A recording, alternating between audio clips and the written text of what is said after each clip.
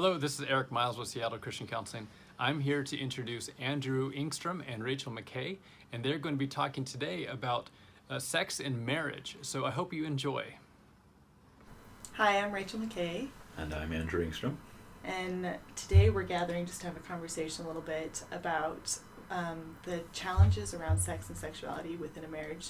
So, Andrew, I would love to hear kind of what you've seen. Problems of sexuality in marriage. Typical problems that I run into mostly and just pervasively include a lack of communication about it. I think what I run into is where people have a lot of anxiety about sexuality. They've got a lot of desire for it. They have a lot of hurts between them in their history that impact their sexuality more than they know, usually. And usually when they do know, it still impacts their sexuality in a way that's hard to talk about. So there's this element where everything that's happened in a marriage comes into the bedroom. And that's what you face. Not just, how do I turn him on? How do I turn her on? Right. Not just, how do we make this go just right and touch them right?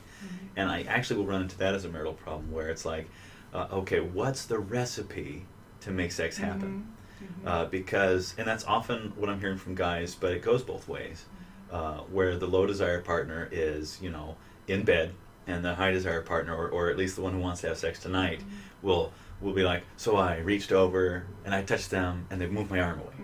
And I'm like, well, their eyes are closed, they're in bed, they're, if it were up to a recipe, there'd probably be a better one. And there are things that you can do that help, right? Just logistically. But it's in that conversation. And so usually what I'm seeing is people not talking about it. What are you seeing as problems? Well, I would definitely agree that anxiety and the lack of communication is the undercurrent to a lot of these issues.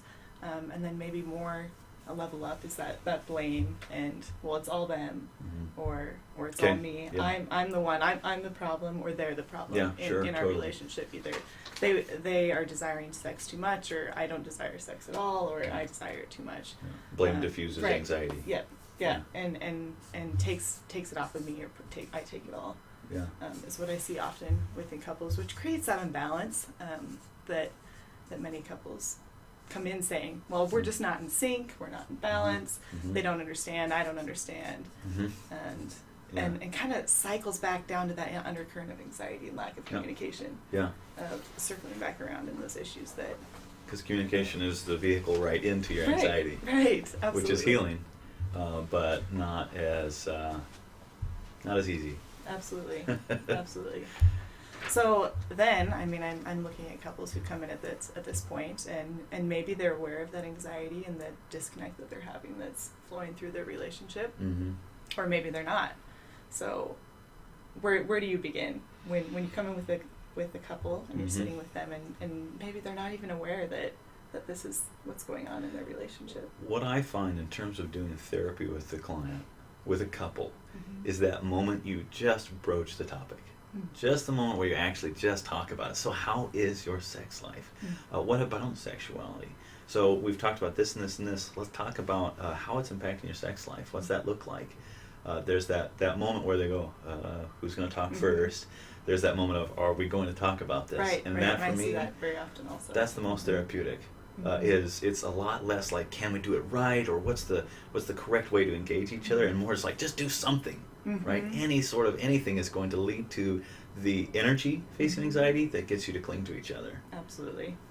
Well, and I don't know if this has been your experience, but often when I'm watching those interactions, it is tense and kind of uncomfortable as you're broaching that subject for the first time, and then slowly as they start to settle into it, it becomes more fluid and easier to talk about. And then whether that's several sessions down the road or within the same session, there's an ease that comes in the dynamic between the couple. And I find fairly often it's actually pretty easy to get into the comfort zone with a client once you actually do it. Right. Which is my hope for people doing it with themselves in their own home.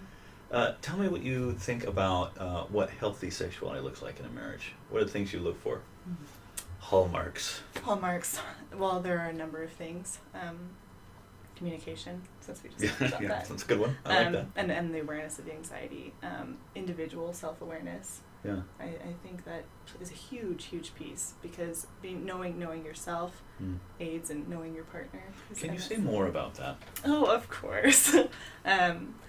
So I often, when I'm working with couples, we'll be working around this issue, and it's the blame, and they're doing this, or I was just so frustrated, and then we go, well, where was that frustration coming from, or where did that come from for you?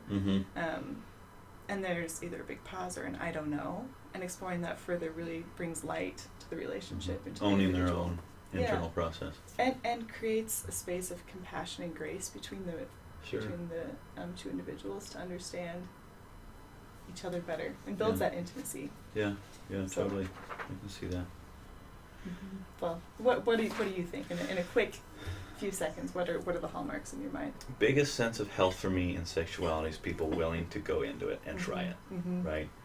And not necessarily we have to have sex 3 times this week, but a sense of we do want to engage this. Let's go for it. Right. And when somebody makes a bid, whether it's the hand on the shoulder or the do you want to make love tonight, and a conscious decision on the part of the other to be like, I will accept this.